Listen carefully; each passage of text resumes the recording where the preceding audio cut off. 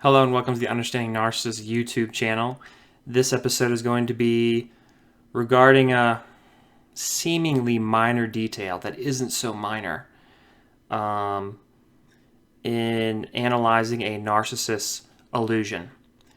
And I may have touched upon this before, but never directly, and that is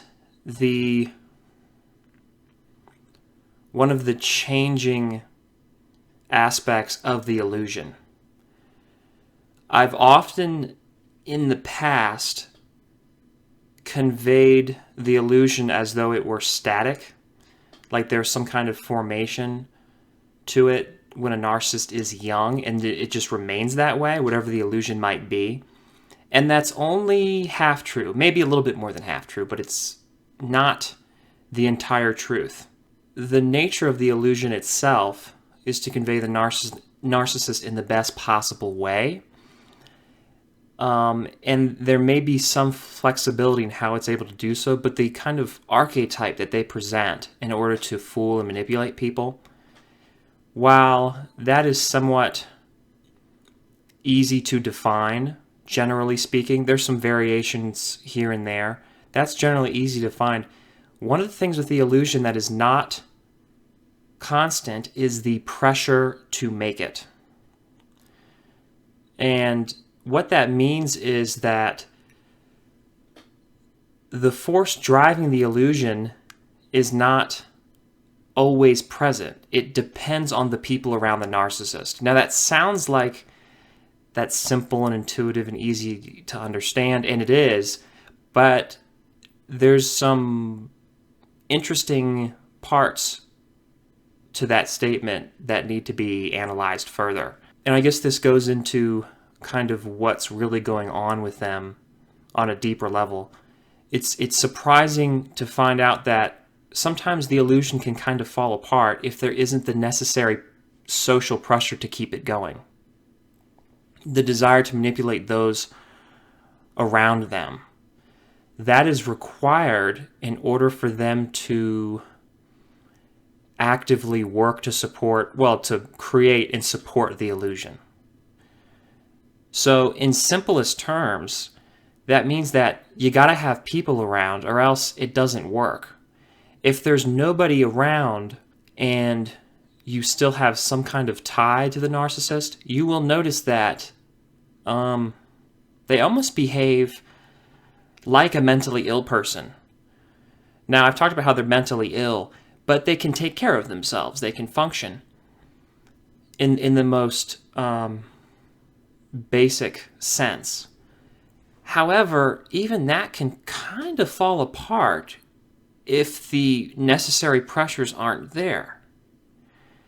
And so that kind of reveals a certain breakdown that you didn't know could happen with a narcissist. And what they actually do, the bare minimum, and I really mean the bare minimum, to survive.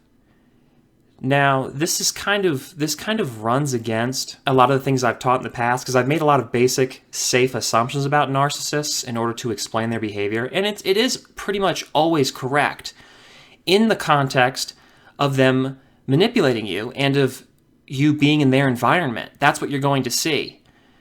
So that is a safe assumption, but it's not an entirely accurate description, because other things go on that we don't know about, that you don't know about, and that I don't know about. I guess it goes without saying, there's the narcissist that you see and know and think you know, and then there's the narcissist that nobody ever sees. When the narcissist is alone, and nobody knows what goes on except them in that setting when they're alone. And so the reason I'm driving this home is it may not seem immediately useful, but as a more advanced idea, it's very important. I'm not really sure why. It's the accurate truth. So I like making those safe generalizations when I need to, which is most of the time. But if you want to be really factual about it, it's not a complete picture.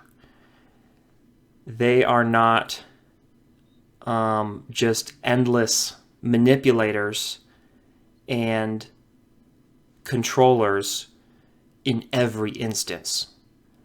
Yes, that's what they're always doing, but some conditions need to be present for them to do so.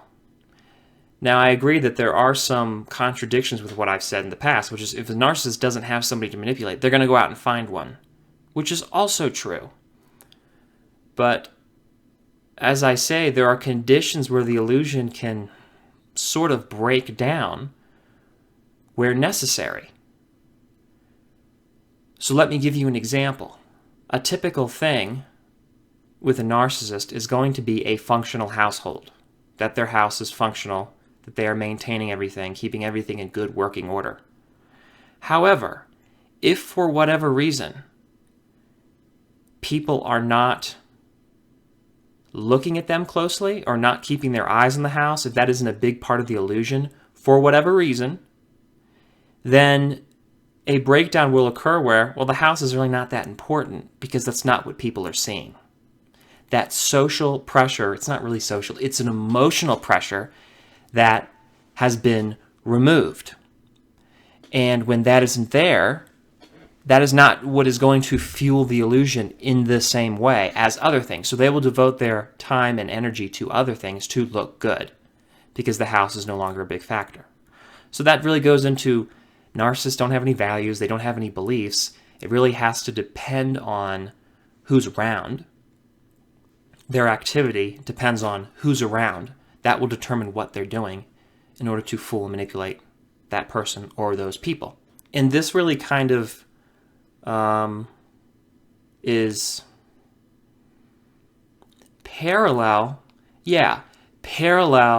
to the denial and the level of denial that they can live with, which is a lot. Because you see how easily, how readily they can divorce themselves from something that they supposedly cared about and pretended like it's not even there. So the thing you need to understand with narcissists is that when they lie right and left, but those at the same time, a lot of those core things that they push onto you, they believe. They're terrified it isn't true, but they have a childlike attachment to it. They actually believe it, at least in that moment. So it doesn't necessarily occur to them that the illusion is breaking down. That's not really on their minds. What they're trying to do is to get that supply from other people, that support, so that it can prop up whatever their desired character archetype is. Now, I've talked about that before. It's pretty simple. They're a great person. There's some flexibility and variations here and there, but by and large, that's pretty simple. That's what they're trying to achieve. And if that entailed sitting in one spot and moping all day or doing nothing, they would do it. If people responded in that way, if people gave them that feedback that they're a wonderful person, even if they're doing the most bizarre of things, they would do it because that's what they need. It doesn't matter what they're doing, it's what the feedback is. So that's why, at that superficial level, they're doing good things. And then, in every other sense, they're not. With any depth to it, they're not doing anything good. They're not producing anything good. They're not helping people.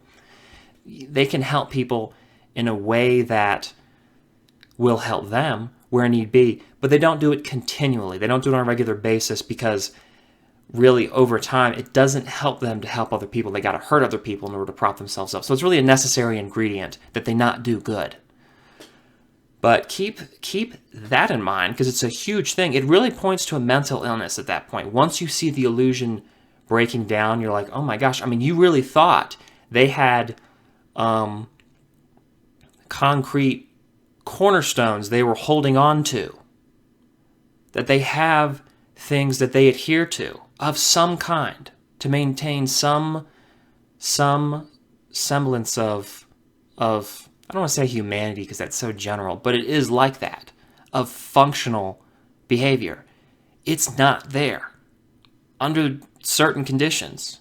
And especially when you see them when they don't think you can see them, you're going to see all kinds of things you didn't know were there. And it can be disturbing, but it's also just naturally follows. I don't want you to be too surprised by that, but it also helps you in approaching and defending yourself from narcissists, and you're approaching your understanding of it. I hope this video was helpful. I hope you liked it. Like it if you do. Share it with somebody you think might benefit from it. Comment in the comment section below. Subscribe to the channel if you haven't already, and thank you so much for watching. Bye.